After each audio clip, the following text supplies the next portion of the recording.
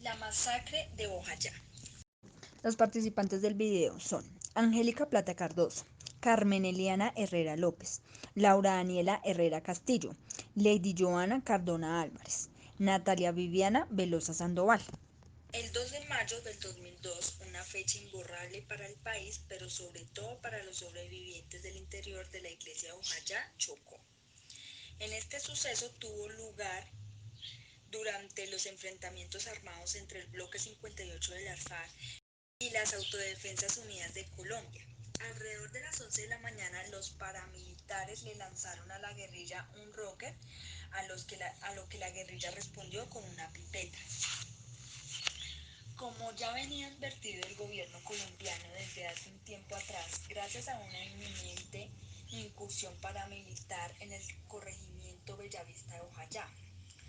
Una alerta temprana emitida por la Defensoría del Pueblo el 24 de abril del 2002, 8 días antes de los hechos, fue dirigida al Ministerio de Defensa, a la Policía y al Ejército Nacional. En la alerta de la Defensoría solicitaba se adoptaran medidas para que otorguen una directa atención a los sucesos que en forma reiterada alteran la tranquilidad en las poblaciones chocuanas, donde la mayoría de sus habitantes son indígenas, campesinos y comunidades negras que viven en ella. Los paramilitares, como estaban afuera, vieron cuando la pipeta venía en el aire y corrieron. Nosotros, como estábamos adentro de la parroquia, no nos dimos cuenta. Sin oxígeno, ubicamos a los niños, a las mujeres en embarazo y a los ancianos en el altar donde el Padre Celeste, y justo en ese sitio cayó la pipeta. Positiva podemos observar en la primera imagen, alias el alemán, comandante paramilitar. En la segunda imagen, alias el manteco, comandante de las FARC del Frente 58, José María Córdoba.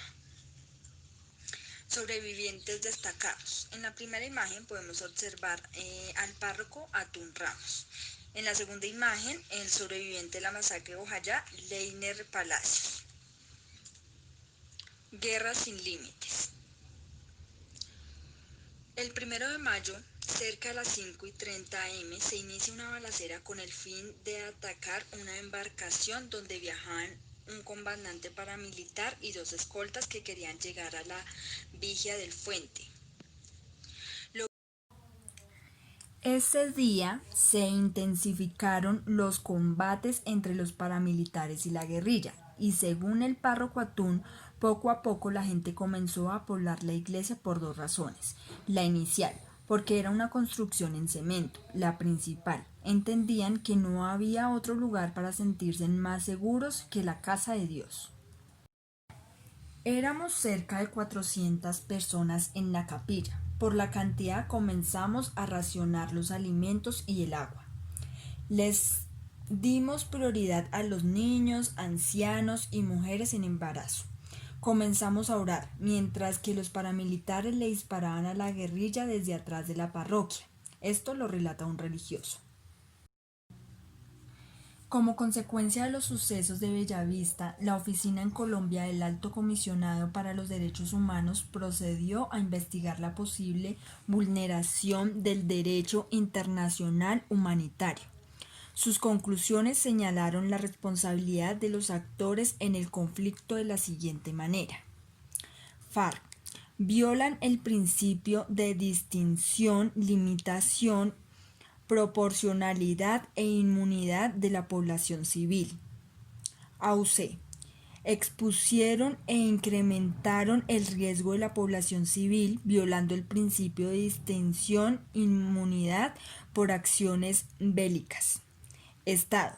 Responsables de no prevenir, proteger y garantizar la vida de los civiles a pesar de la alerta temprana. El desplazamiento y la crisis económica se vio reflejada en la población después de la masacre.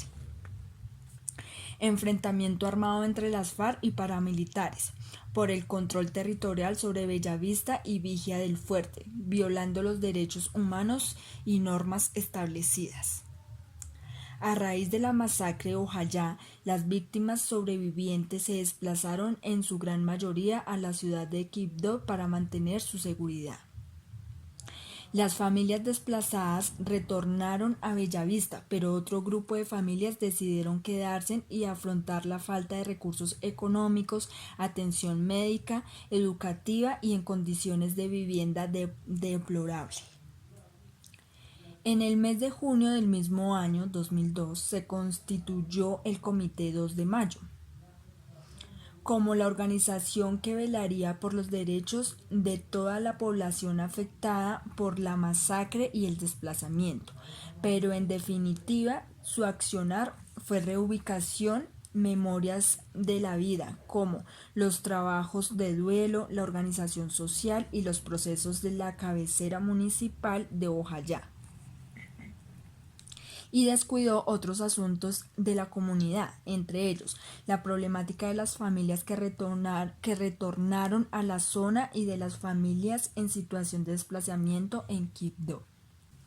Organizaciones que se renuevan por los hechos violentos de la región. 1. Asociación de Desplazados Afrodescendientes del Chocó. 2. Comité de Desplazados de Gestión y Veeduría Departamental. Los familiares de las víctimas han recibido una reparación administrativa que constituye cerca de 1.000 millones de pesos por los fallecidos en la masacre. 13 años después, testimonios de integrantes de las FARC muestran su arrepentimiento por los hechos causados.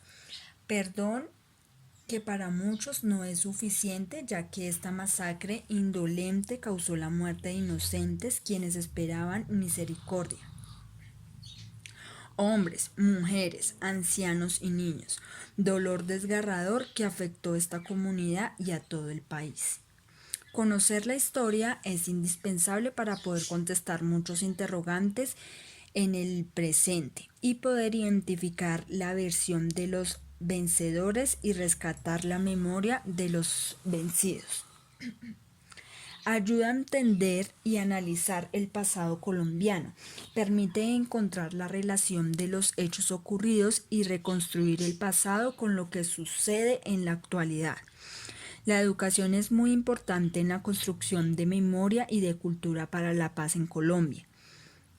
Con las bases en las nuevas generaciones, inculcar el valor por el respeto y solidaridad por su prójimo. Para mejorar la cultura ciudadana es fundamental educar para que la sociedad conozca su propia historia y no olvide importantes hechos del pasado que dejaron huella y no deben olvidarse. Las víctimas reclaman justicia y reparación. Claramente hay que tener en cuenta el trauma cultural, el dolor y la indignación en la sociedad y por las prolongadas guerras. Por tal motivo, esto dificulta el proceso de la construcción de paz en Colombia. Pero aún así no existe acuerdos perfectos, tampoco existe justicia total. Siempre habrá algo de impunidad gubernamental en la construcción de paz. Gracias. Dígale a los de la prensa que no borren la memoria.